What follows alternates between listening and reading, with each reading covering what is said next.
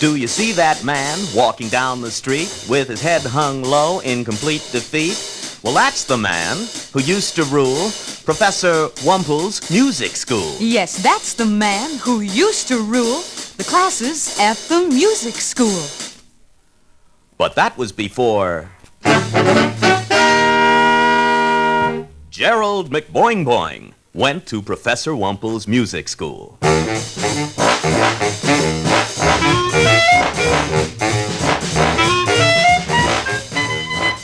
Yes, Professor Wunple will never forget the day that Gerald McBoing-Boing came to his music school. Will you, Professor? Ach, mit der Boinga jetzt. Ich gehe zu dem Krankenhaus. I'll translate. That was German for, I'm going to the hospital. And I don't blame the professor, 'cause here's what happened. Gerald came to school on his mother's hand. Please, Professor, say that you'll put him in your band. Gerald has a problem that's sad, she said. You see, my son can't say a word. He goes Boing, boing. instead. Well, Professor Wunple attacked his problem with glee. And first, he tried Gerald on the piano. Then, on the clarinet. Then, on the drum. Gerald didn't seem to take to any of them. And the day of the big music school concert came closer and closer and closer, and then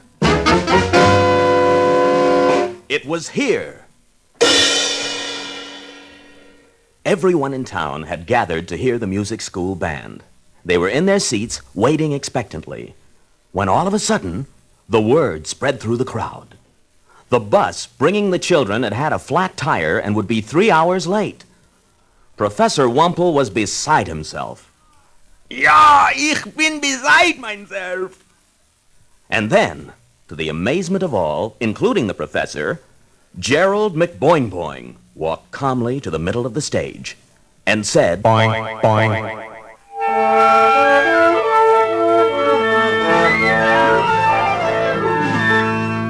The professor was amazed.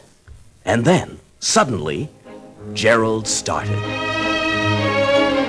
Gerald, all by himself, began to say, that's right, he spoke, the entire orchestra.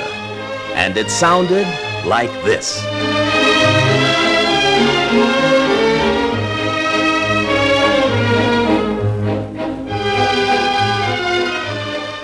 And that's why... You see that man walking down the street with his head hung low in complete defeat? His concert was a big success. But Gerald made Professor Wumple's life a mess.